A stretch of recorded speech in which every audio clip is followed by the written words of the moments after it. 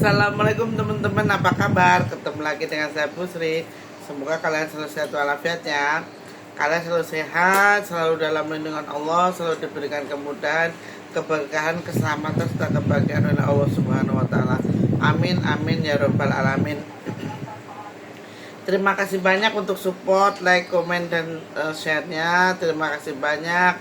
Tanpa kalian channel saya bukan apa-apa, tanpa kalian channel saya bukanlah channel apa-apa ya teman-teman. Putra lagi makan. Teman-teman, terima kasih banyak ya untuk semua dukungannya. Saya doain yang sedang punya utang segera beres utangnya, yang sedang kena musibah ya segera terselesaikan, dan yang sedang dalam kesusahan, sedang tidak punya uang, segera punya uang dari jalan manapun, yang sedang ibarat kata itu sedang tertimpa rezekinya lagi susah-susahnya, segera mendapatkan rezeki dari manapun ya teman-teman. Amin amin ya rabbal alamin. Teman-teman, terima kasih banyak untuk semuanya, dan terima kasih banyak untuk kalian semua. Jadi banyak sekali hal-hal yang saya alami selama saya diminta tolong oleh orang-orang ini. Banyak sekali hal yang terjadi teman-teman, dan jadi ada yang sedihnya, ada yang sukanya. Seperti kalian yang di daerah Kediri pasti tahu lah ya tentang situs dari peninggalan Sri Aji Joyoboyo teman-teman. Kalian harus tahu bahwasanya Sri Aji Joyoboyo itu sebenarnya adalah mungso teman-teman. Mungso bersama ada Patih Gajah Mada, ada yang Lawu, ada pokoknya ada beberapa tokoh itu yang mungso teman-teman. Nah jadi mungso itu hilang raga, hilang sukma teman-teman. Sukmanya hilang, jadi pindah ke lain dimensi, dan mereka sewaktu-waktu akan bisa kemungkinan besar muncul kan gitu loh teman-temannya. Saya pernah ke situs yang Joyoboyo, adanya di Kediri teman-teman. Begitu kita masuk ke situsnya itu, tempat parkir itu ada sudah ada gapura besar, itu bertuliskan Palerman Sri Aji Joyoboyo teman-teman. Nah dari itu kenapa saya waktu itu ke Kediri teman-teman, karena ada bisikan goib yang mengharuskan saya harus ke Kediri, ke Sri Aji Joyoboyo itu. Setelah saya masuk ke dalam, itu adanya di sebelah kanan itu ada satu cupu manik teman-teman. Kalian tahu cupu manik enggak? Cupu manik itu kayak jadi bola mata gitu loh teman-teman. Nah di situ sama ada satu mustoko. Mustoko itu kayak kalau orang Jawa itu kayak kupluknya raja itu loh teman-teman. Di situ itu ada situs itu. Ketika saya berada di situ, saya berdoa dan wiritan, terus saya datanglah yang Joyoboyo itu pada saya begini, kamu suatu hari harus meneruskan laku. Kalau kamu sudah sampai di sini, kamu harus juga datang ke Mayangkoro sama ke Sendang Kamandanu gitu. Terus kan saya tanya, di mana tempatnya Resi Mayangkoro ya, yang gitu kan. Terus yang Joyoboyo ini bilang bahwasanya ada di sebelum tempat ini, ada di sebelah sana. Yang Joyoboyo ini nunjukin terus saya waktu itu belum tahu teman-teman yang Resi Mayangkoro itu siapa dan dia siapa itu saya belum tahu. Pada akhirnya setelah wiritan di situ sambil berdoa selesai, saya tanya sama juru kuncinya, Pak tahu nggak makamnya yang Mayangkoro, kata petilasannya. Oh ada mbak di sono. Jadi kita keluar dari, sebenarnya lewat itu juga bisa, lewat sawah katanya bisa. Tapi karena kita bawa mobil, kita lewat, kita muter dulu, keluar dulu.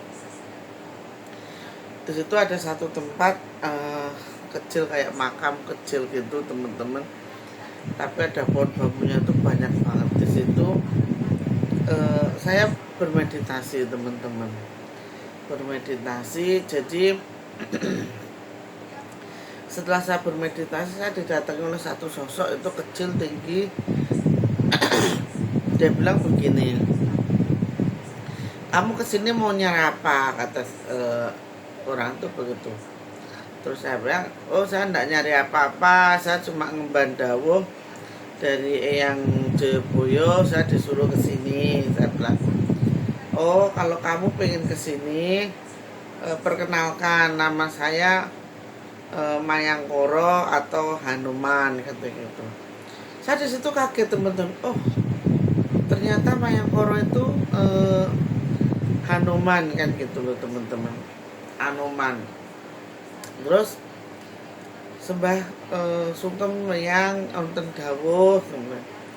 Oh enggak, anu nek kowe kudu teko banjur teko kene, kowe mara ning padusane Angling Darmo gitu. Lah menika wonten sebelah pundi yang kula mboten mangertosi kan itu teman. Akhirnya saya ditunjukkan sama Yang Resi Mayangkoro ini tempatnya saya ditunjukkan. Lalu saya datang ke sana teman-teman. Di sana itu walaupun sudah ada bangunannya, itu ada satu pohon itu besar banget di Angling Darmo itu teman-teman. Apa namanya? Kok Angling Darmo sih tuh? Maaf, salah teman, Kamandanu tuh teman-teman. Jadi di situ itu di Kediri itu ada situs Kamandanu. Itu kalau di dalam cerita wayang itu Kamandanu ini adalah cucunya dari Eyang Brawijaya teman-teman. Nah, area Kamandanu itu. Terus setelah itu saya mandi di situ teman-teman. Saya mandi di situ, saya bakar dupa karena sama juru kuncinya itu kita disarankan untuk bakar dupa di situ. Nah, terus setelah itu saya mandi di situ. Airnya tuh beda teman-teman, rasanya tuh anget piye gitu loh teman-teman, nggak langsung nusuk badan ces itu enggak. Karena pas saya waktu itu mandi tuh jam 1 malam teman, saya mandi jam 1 malam tuh nggak berasa dingin. Nah di sedang petilasan Ayah Kamandanu itu saya ketemu satu sosok tuh tinggi besar, terus apa namanya, kukunya tuh panjang teman-teman, panjang. Dia memandang saya agak takut. Terus tapi dengan niat hati yang tulus, saya beranikan untuk bertanya.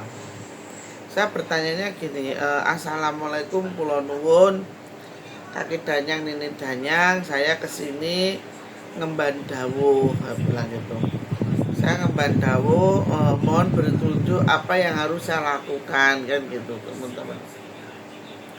Terus yang tinggi besar tuh ngomong begini, apa yang kamu minta di sini? Oh saya tidak minta apa-apa, saya hanya ngemban dawuh dari Eyang. Saya harus mendatangi tempat ini, mohon berkenan dan mohon untuk diizinkan saya datang ke sini, saya bilang gitu. Akhirnya yang itu tuh mengangguk teman-teman, mengangguk berarti kan tandanya mengizinkan ya, mengizinkan saya datang ke situ. Terus akhirnya setelah dari Sendang Kamandanu, Sendang dari Mayangkoro, Eyang Jayabaya, saya sudah lakukan 3 tempat itu. Saya tanya sama Eyang Samburnyawa, yang hubungannya ini apa, Eyang Jayabaya, Eyang Mayangkoro sama Eyang Kamandanu ini apa? Tanya begitu kan sama Eyangnya. Yang Samburnyawa itu bilang gini, bahwasanya Eyang Jayabaya itu adalah perwujudan dari Wisnu, Dewa Wisnu teman-teman. Dewa ning Wisnu. Nah, Mayangkara ku ya Anoman katanya gitu. Anoman sing di nalika semana kuwi ana Dewi Sinta sing dicolong karo Rahwana. Kuwi tegesnya apa? Itu artinya apa? Bahwasanya kebencian itu akan terkalahkan dengan sebuah ketulusan katanya gitu. Oh, terus karo Arya Kamandanu niku sinten? Saya bilang gitu kan teman-teman. Kata baik ya Arya Kamandanu itu. Nah, terus saya bertanya lagi, ini sendal itu buat apa ya? Ini adalah tempat dimana sebelum Sri Haji Jayabaya Muksa dia menyempatkan diri mandi di sini katanya gitu. Oh ya Allah, saya bilang memang kita tuh sebagai generasi penerus ini benar-benar harus nguri-nguri budaya Jawa teman-teman. Karena kalian tahu enggak, Sri Haji Jayabaya sendiri itu adalah satu cikal bakal kerajaan. Jadi Sri Haji Jayabaya ini adalah pendiri kerajaan Panjalu Kediri teman-teman. Kalian kalau pernah dengar cerita ini Sri Haji Jayabaya ini juga, tapi lebih dikenal sebagai peramal. Karena apa? Ramalannya yang Jayabaya ini memang luar biasa ya teman-teman. Jadi yang meramalkan Jawa bakal kalungan besi, artinya Jawa itu akan berkalung besi, itu artinya dikalungi rel. Terus kedung pasar irang kumandange, kedung ilang banyune. Memang sekarang pasar itu hilang ya teman-teman. Suasana pasar itu, kriunya pasar itu hilang, diganti dengan online-onlinean ini ya teman-teman. Terus banyak sekali ramalan-ramalan Ki Haji Jayabaya ini yang terbukti sekarang gitu loh teman-teman. Makanya dalam kisah Mahabharata pun sebenarnya Sri Haji Jayabaya ini dibagikan sebagai Dewa Wisnu kan gitu loh teman-teman ya. Saya sempat ke sana dan kalau malam satu suro tuh biasanya banyak teman-teman, banyak orang-orang yang datang ke pemakaman ini, dan banyak orang-orang yang ibaratnya itu ngalap berkah gitu loh teman-teman. Ya kita dengan ngalap berkah itu bukan berarti kita menyekutukan Gusti Allah, enggak. Kita hanya mengharapkan karomah dan mengharapkan keberkahan dari petilasan para leluhur kita ini ya teman-teman. Karena apa? Karena tanpa kita pungkirin sebenarnya petilasan ini adalah penjaga semestanya sekitar, alam sekitar gitu loh teman-teman. Karena percaya atau tidak, kekuatan mistis itu pasti ada kan gitu loh.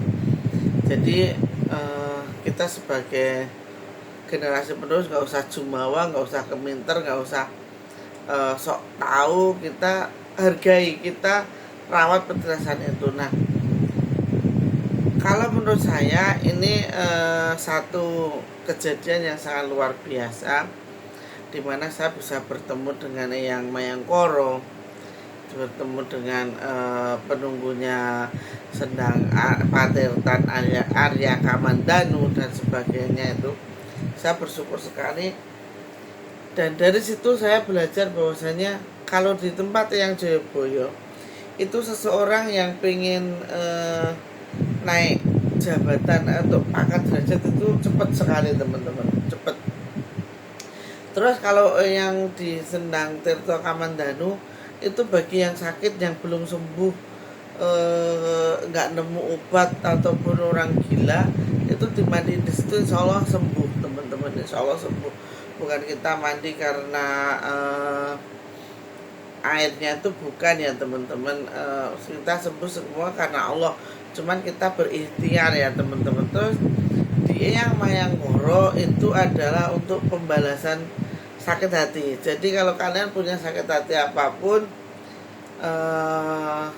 kalian datang ke Eyang Mayangkara ini, insya Allah orang yang menyakiti kalian, kalau sampai pas lagi sama yang moyang gorok, insya Allah akan terbalaskan. Kita tinggal menunggu saat-saat mereka ibarat kata tuh menerima balasan dari apa yang mereka perbuat, gitu ya teman-teman. Oke teman-teman, hanya itu yang bisa saya sampaikan ya. Kalau misalnya ada kurang-kurangnya, kita bisa sharing, kita bisa bertukar kata. Mungkin saya dalam penyampaiannya salah, atau kita dalam saya dalam menceritakan ini salah, ya mohon maaf. Kita bisa kita terima saran dan kritik ya teman-teman. Oke teman-teman, akhir kata cukup sekian.